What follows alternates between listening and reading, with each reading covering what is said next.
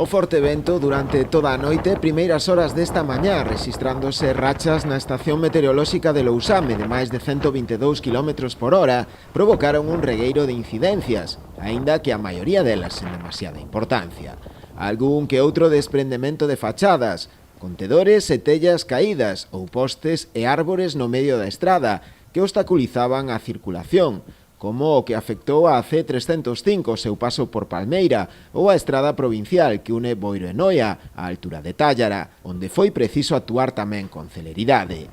En Ribeira, os bombeiros tiveron que acudir tamén a retirar parte dunha estrutura metálica na nave da depuradora do Touro, que presentaba un serio perigo, tanto para vehículos como para os peóns que puideran transitar pola zona. Un dos incidentes máis chamativos producíase no polígono de Auga Levada, en Noia, afectando o escenario da Orquestra New York, que estaba ali instalada, preparándose para a nova tempada, de onde se desprenderon varias partes da estrutura do palco. Aínda que non relacionado co temporal, os bombeiros tamén tiveron que realizar unha saída para a retirada dun poste e cables de teléfono caídos na intersección das rúas Alexandre Bóveda e Rafael Dieste, na Pobra do Caramiñal, que foran derrubados por un vehículo pesado e que entorpecían o tráfico.